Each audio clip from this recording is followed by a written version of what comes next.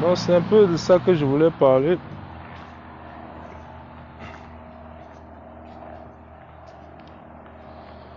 Il est important d'avoir une relation avec Dieu.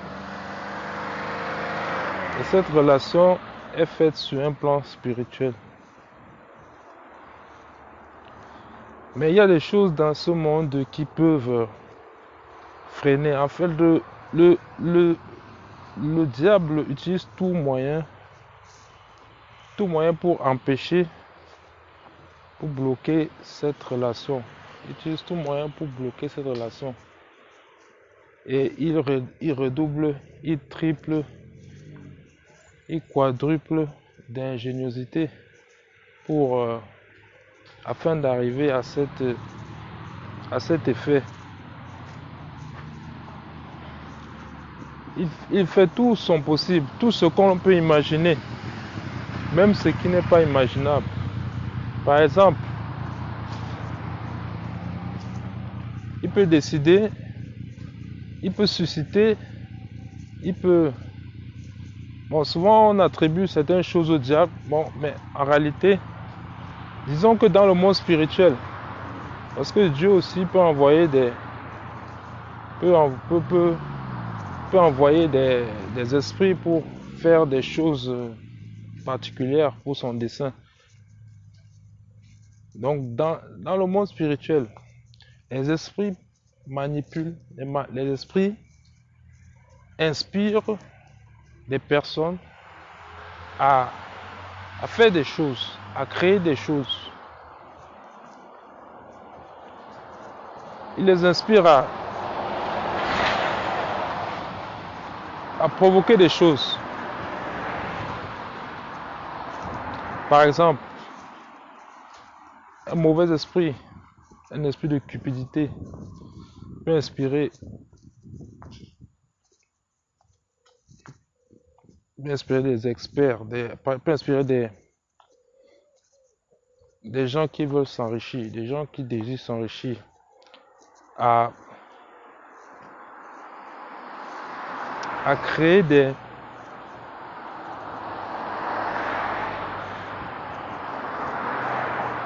choses, à créer des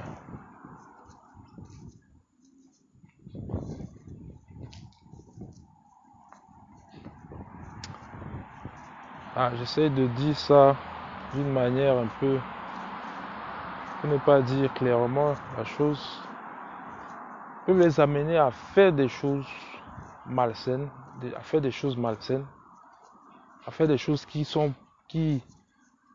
à créer des situations qui vont amener l'homme à recourir, à accepter, en fait, au final même, à obliger les personnes à prendre des choses, à recevoir des choses qui vont les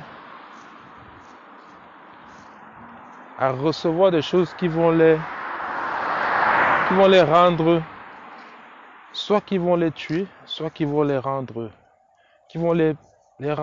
incapables de se connecter spirituellement à ce qui est divin, à Dieu, qui vont pas les empêcher à se connecter, mais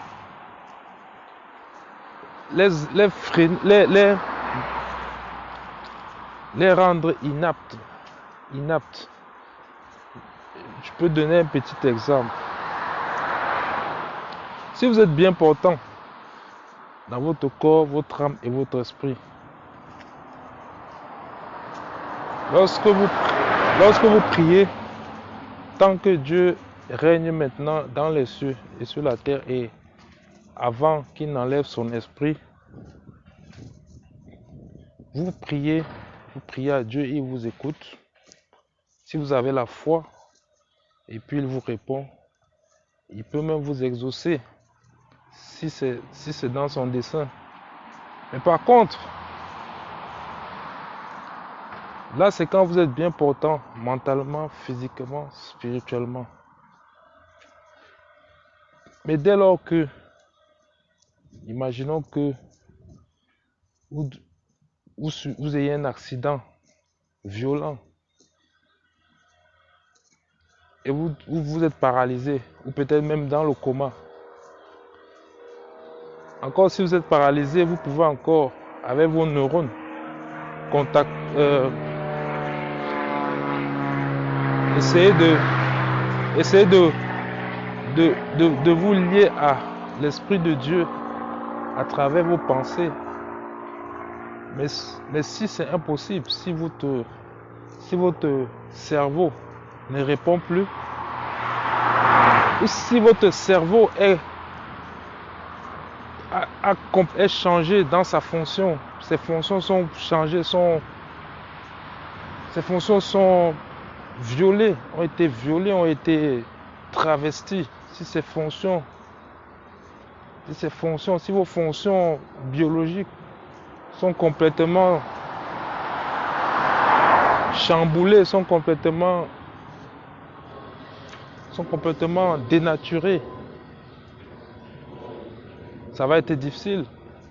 Ça va être difficile d'établir ce contact. Ça va être difficile de prier. Non seulement cela, mais même le Saint-Esprit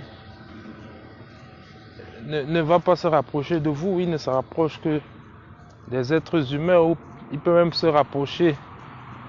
Il se rapproche sur toute créature, mais puisque vous n'êtes plus la créature naturelle de Dieu, mais peut-être une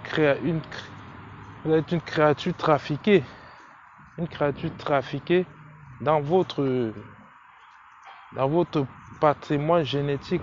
Si vous êtes trafiqué, comment son esprit pourrait encore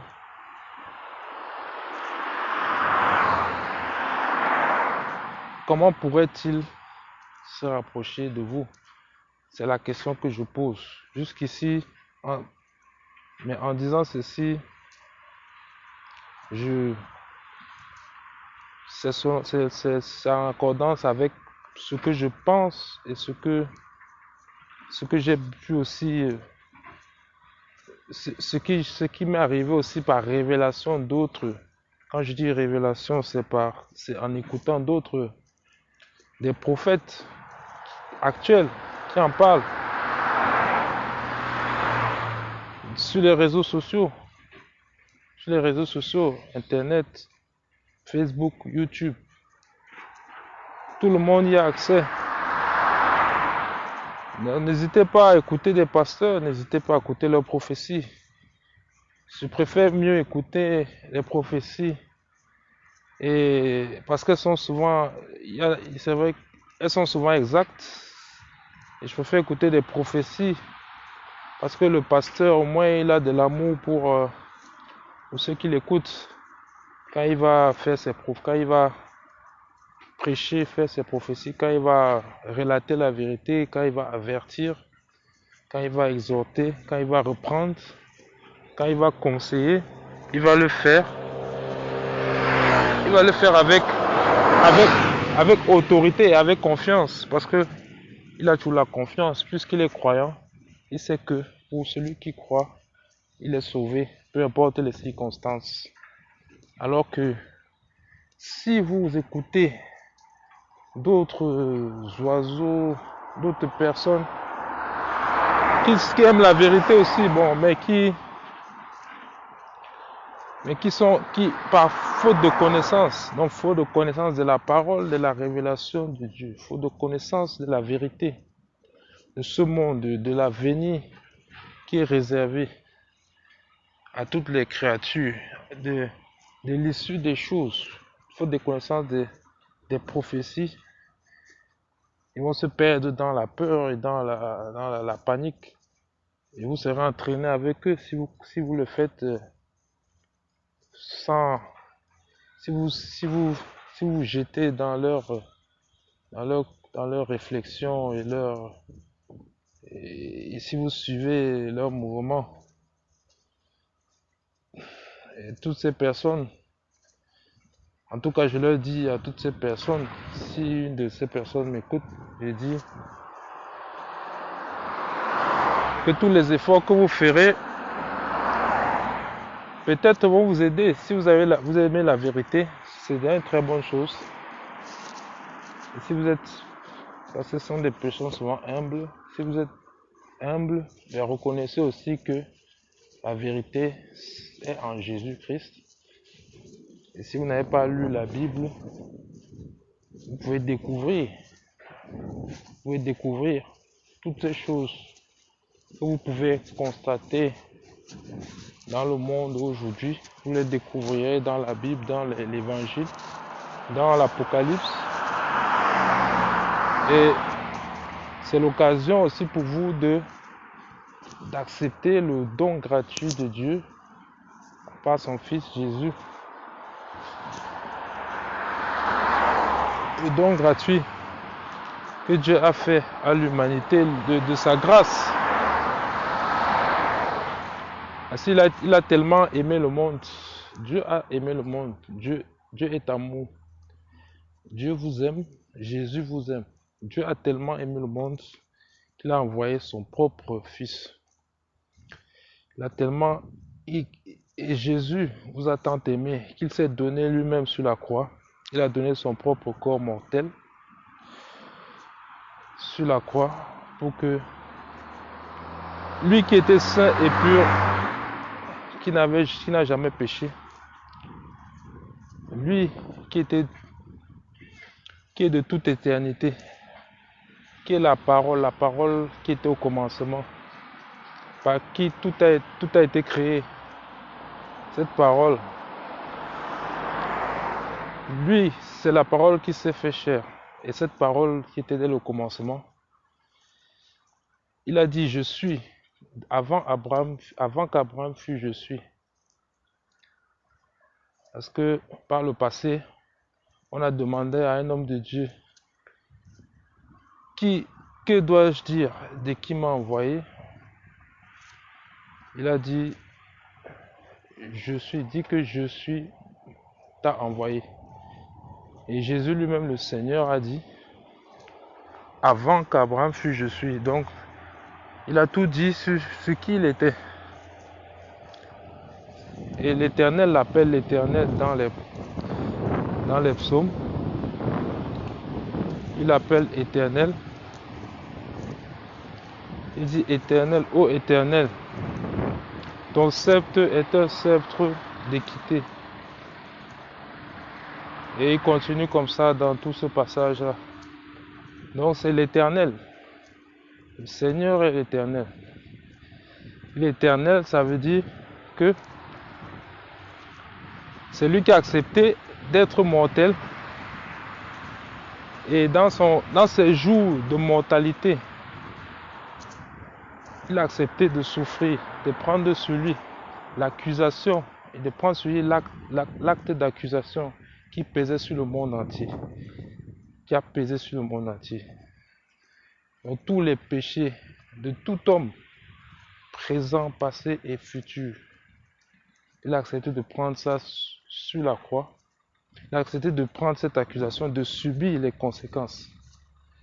Lui qui n'a jamais eu de péché, qui était lui dont le sang pur, dont l'âme pure, sans aucune tâche, lui doté d'une âme éternelle, d'un esprit éternel. Il a accepté cette souffrance. Et donc ce sang puissant, tellement puissant, plus puissant que le sang d'un agneau pour laver les péchés du peuple d'Israël d'une année, ou de laver les fautes, pour expier les fautes du peuple pour une saison ou pour un moment. Lui, avec son sang tout puissant, ce sang, si vous le clamez pour vous, il prendra aussi. Si vous acceptez que ce sang a lavé vos fautes, a effacé votre péché, si vous acceptez, vous serez aussi lavé de vos péchés. Et vous, étant pur maintenant de corps, d'âme, et vous devez vous, après vous avoir repenti, vous devez vous repentir. Il suffit pour vous de vous repentir. Repentir de toutes vos de tout votre péché.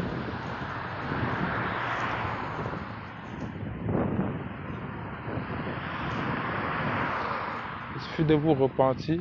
Repentir, c'est-à-dire accepter de changer, accepter la vérité sur votre état de pécheur, sur tout ce qu'il y a de mauvais. Accepter de vouloir changer, accepter de vouloir changer de l'intérieur, accepter de se laisser changer par la parole de Dieu, accepter de vous confronter au jugement de Dieu, de l'Esprit de Dieu, en regardant sa parole. Si vous acceptez de vous repentir, il faudra confesser, mais il faudra aussi agir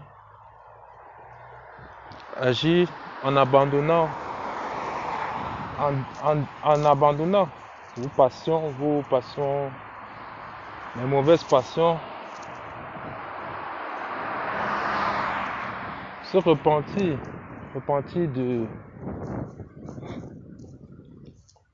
de votre,